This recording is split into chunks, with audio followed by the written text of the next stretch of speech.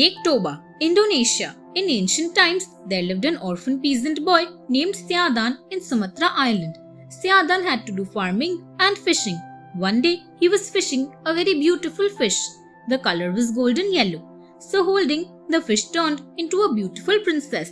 Because a human touched, it turned into a princess. Fascinated by her beauty, Siadan asked the princess to become his wife. She agreed on the condition that the young man would not tell their origins to anyone.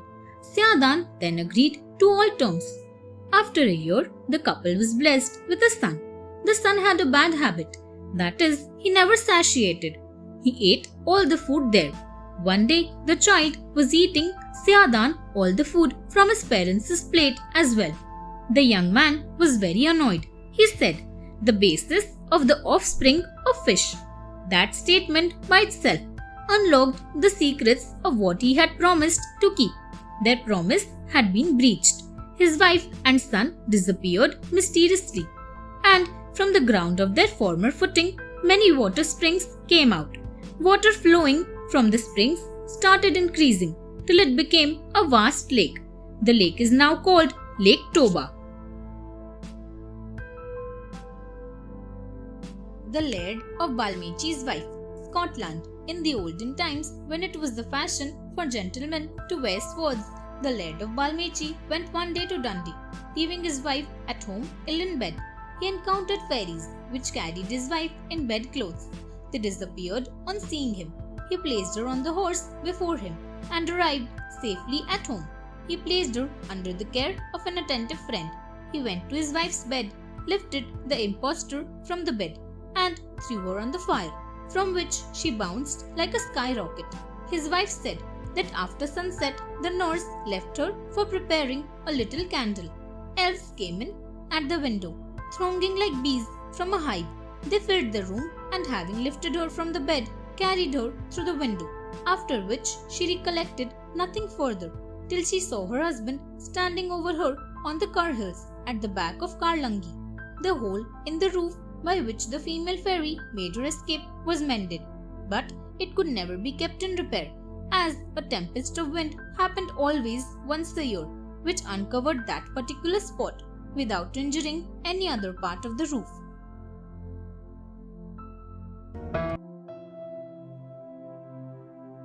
The Nightingale, Europe. One day, a nobleman caught a nightingale and wanted to put it in a cage. But the bird spoke to him, "Let me go, and I will give you 3 pieces of good advice. It may be of use to you someday." The nobleman agreed to let it go.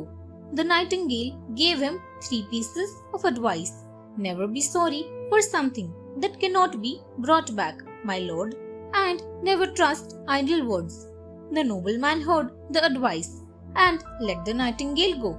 The bird flew out and said, "Too bad, you let me go.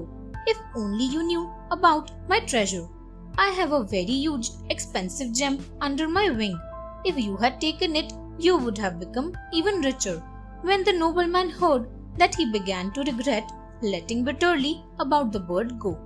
The nightingale turned towards him and said, "Now I know, master, that you are a greedy and foolish man.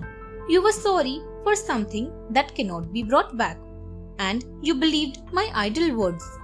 Look at what a little bird I am. How could I be hiding a large gem under my wing?" And after these words, the bird flew away.